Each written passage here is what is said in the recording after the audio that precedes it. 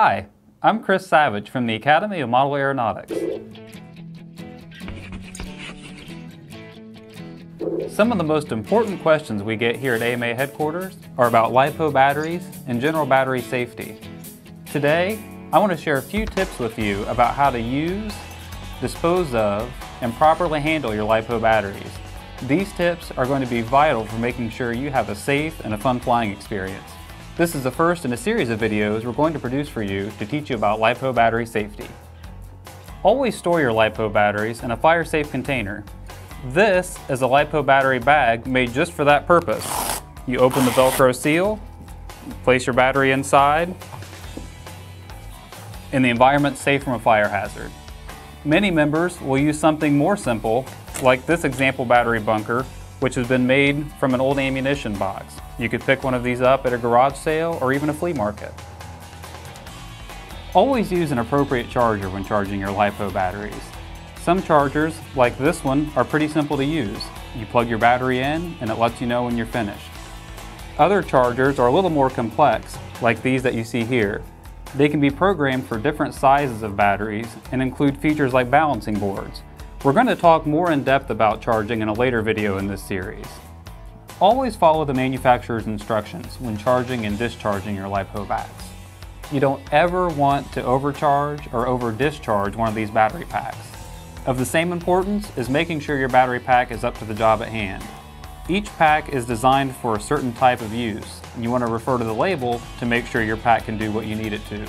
In a later video, we're going to talk about how to read this label and make sure your battery pack is up to the job. Don't ever try to use what we call a puffed pack, or a pack that has any kind of visible damage. If you have a pack that has damage, don't try to take it apart or repair it in any way. Just dispose of it using a service like Call to Recycle. Even if you're using something like a LiPo battery sack or some type of a battery bunker, don't ever leave a charging LiPo battery unattended. Even with sophisticated chargers like these, LiPo batteries can overheat and start a fire. I don't want all these rules to feel overwhelming. The fact is, most LiPo battery accidents are the result of not following one of these simple rules. Understanding the manufacturer's guidelines and recommendations is critical to making sure that you have a safe and fun flying experience.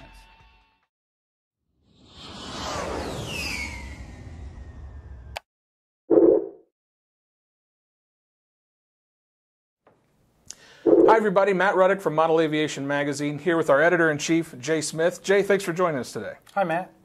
We've got to ask you some questions about charging and chargers in general. And the first thing I want to ask is the ins and outs of charging. Why is this something important that we need to know about? Well, if you're going to deal with electric power systems, obviously then you're going to have to deal with charging batteries. Mm-hmm. And obviously we want to do that in a safe manner. So it's important to understand the functionality of your charger, especially if you have a charger like we have here that has an LCD readout and has additional functionality like you can change your voltage and your charge settings and whatnot. So you want to be able to take a battery and look at the label on the battery and be able to program it into your charger, because obviously we don't want to mischarge the battery, because mischarging the battery then could lead to either it expelling gases or possibly a fire. So it's important. One thing that I've noticed is with ready-to-fly packs versus going out and buying my own charger. The chargers that come with the ready-to-fly packages are a little bit different, are they not? Yeah, so generally speaking, to keep the cost low, they give you a basic charger that allows you obviously to charge your battery, but it probably is not going to provide you any other functionality. Mm-hmm. It may plug into a cigarette lighter, it may plug into the wall, it may have alligator plugs that you can connect on a battery, mm-hmm. But it's not going to give you a readout, it's not going to allow you to storage charge, it's not going to show you the balance state. So obviously they serve the purpose of charging your battery. But if you want to know a little bit more information, an upgraded charger with an LCD readout screen is going to give you, at a glance, what's going on with your battery as far as the charge cycle, how far along it is charged, the voltages, of each individual cell and the balance state. So you're just going to get a lot more information. Most chargers now also have, like we talked about, a storage charge, and we talked about that in the article. So you can, discharge your cells or charge them if they need charge to get them to that point, so that they last a lot longer. Your batteries will be happier, and you'll get more life out of them that way. So I would say that it's probably your recommendation that if you're going to be doing a lot of charging and discharging your batteries, you're probably better off to try to buy something that's third party that gives you this kind of extra information. Do you think that's a safe bet? Yes. I mean, there's a lot of chargers out there, a lot of manufacturers out there that make chargers. Sure. So, obviously you need to think about what your needs are, Exactly. whether you want a charger that charges one battery at a time like this one, or you want a multi-port charger that might charge 2, 3, 4, even 6 batteries at a time. You want to think about the size of the batteries you're charging. You also want to think about, like this charger is an AC-DC charger, so it has its power supply built in. Some chargers are DC chargers, so if you want to use those indoors, you need a power supply like we have here, which allows you to plug the charger into that, and that provides your power. So this is a big guy. This is a big box right here. Can you explain a little bit more about what something like this is for? Because I understand the difference between AC and DC power, but when it comes to these chargers, is one better than the other? Well, generally speaking, built-in chargers might have a little bit more as far as limitations, because I mean, it's fairly compact. Obviously, the power supply on this charger is nowhere near the power supply we have here. Right. So, depending on the requirements of the charger, how much you're drawing, depending on the size of the packs you're charging, you'll find that some of the larger chargers, larger capacity chargers, require a separate power supply. So, and this power supply has several connections on the front, so you could connect, even more than one charger, depending on, again, just want to make sure we're not going over the draw that the power supply can supply. I even saw this guy had a USB port on it. Yes, Which I found quite interesting. I like that. We actually used this power supply at my charity event in Nephi, and we set it up, and several people charge on it at one time. Wow. 5 or 6 chargers at times we've had going and haven't had any problems whatsoever. We've used it for 6 years. Awesome. Well, you mentioned something about multi-chargers, or multi-port chargers, and we've got one right here. This is one from eFlight.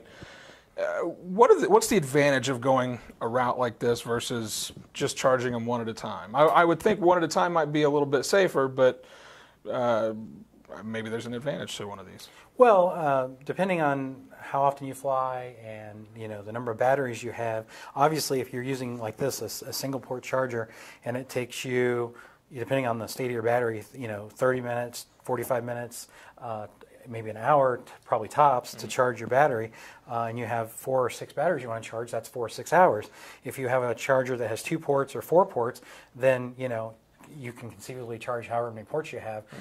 The only thing with multi-port chargers typically is that the amount of output per each, so if it's a 2-port or a 4-port, each port is probably not going to have quite as much output as a single port charger, because they share the power. So it may take a little bit longer to charge each cell. Well, you just want to make sure that the batteries that you have, the charger, if you use the multi-ports, that you're able to supply it. So if you're using like a 3-cell 2100, 3-cell 1300, that won't be a problem at all. But if you're trying to charge 6-cell 5000s, that might be a problem. But ultimately, it just it quickens the charge process.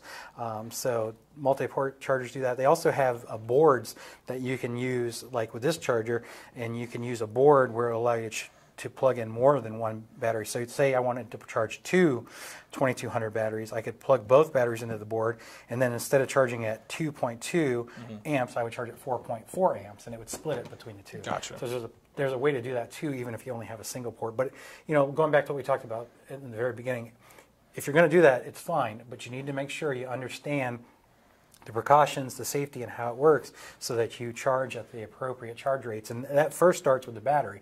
I mean, if you take any battery and you're going to look at and see, what's the voltage of the battery, what's the capacity of the battery, and use that as parameters to set your charger. So as long as you're following that, you're going to be in good shape. Sounds good. So one thing that I know you've mentioned already today, and I've seen a lot about, is balance charging.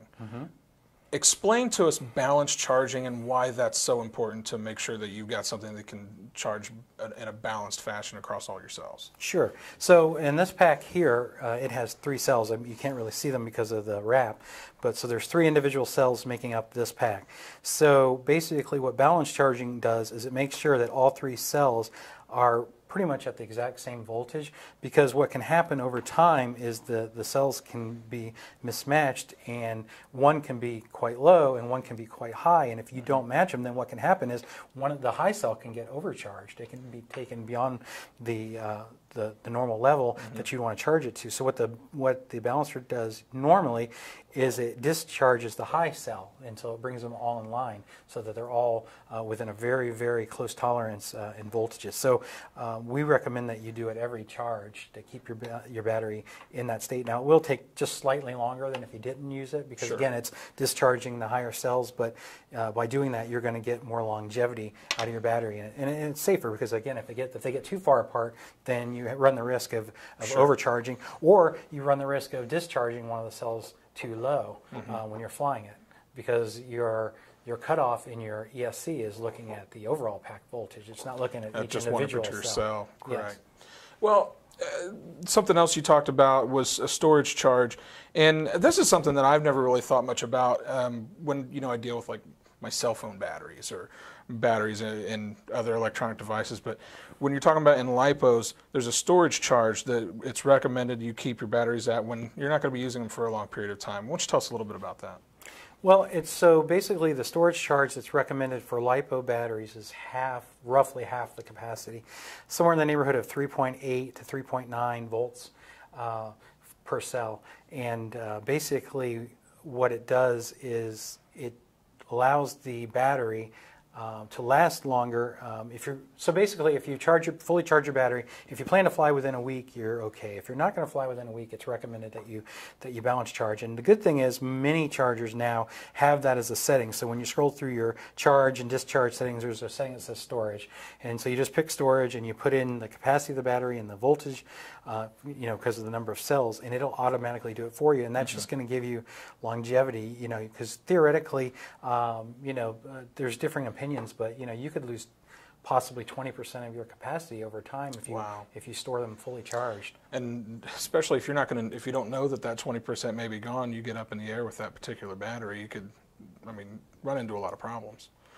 Well, very cool. Well, Jay, I want to thank you so much for taking the time to stop by and talking to us a little bit about chargers. If you want to learn more about charging and charging safety, we've got an article in our Battery Basics series in the September issue of Model Aviation Magazine. Be sure to check that out. And thank you guys so much for joining us. For Jay Smith, our editor-in-chief, I'm Matt Ruddick from Model Aviation Magazine.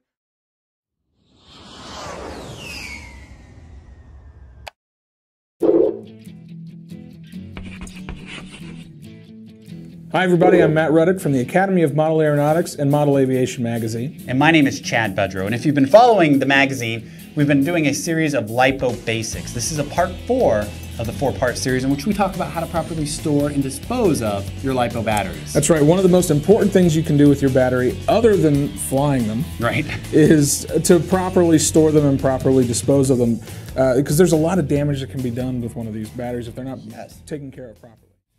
What you want to do, a couple things. One, if you know you're not going to fly for a little while, you want to discharge these batteries to about 50%. Each cell is typically about 7.4 volts. You want to go to about 3.8, 3.9 volts and discharge it to 50%. Yeah, and something else you want to do, make sure you cover the connectors. If you're going to store a lot of batteries together in one place, make sure you take all of these connectors, cover them up with electrical tape, get them so that they can't make contact with each other and cause any kind of short.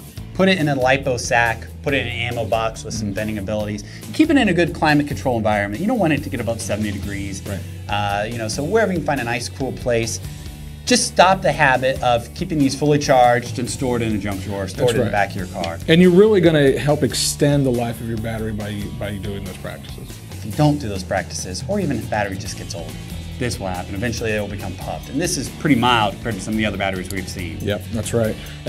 What can I do once I've got a puffed battery, or once I've got a battery that's lost about 20% or more of its capacity? What's a good way to dispose of these batteries? First of all, stop flying, because it's tempting to do that. And I know batteries aren't cheap, but it's not worth the risk. Right. There's a great site we recommend, or a great organization called Call to Recycle. That's right. If you go to their website, they list quite a few locations where you can drop these off, including Best Buy, a lot of major retailers. What you want to do is, just like when you store them, you want to wrap the connectors just so nothing shorts, so they don't engage with other batteries. Ideally, kind of individually bag them, take it to a Best Buy or take it to a Call to Recycle center, drop it off, no questions asked. That's right, and it's really as simple as that. There's no cost involved in it. All you got to do is take it to one of your local drop-off centers, and you can go to the Call to Recycle website to find a local drop-off center near you and get rid of those old batteries, get rid of those puff batteries that you should not be flying anymore, and you'll be all set. For Chad Budrow, I'm Matt Ruddick from the Academy of Model Aeronautics and Model Aviation Magazine. Thanks for watching. We'll see you next time.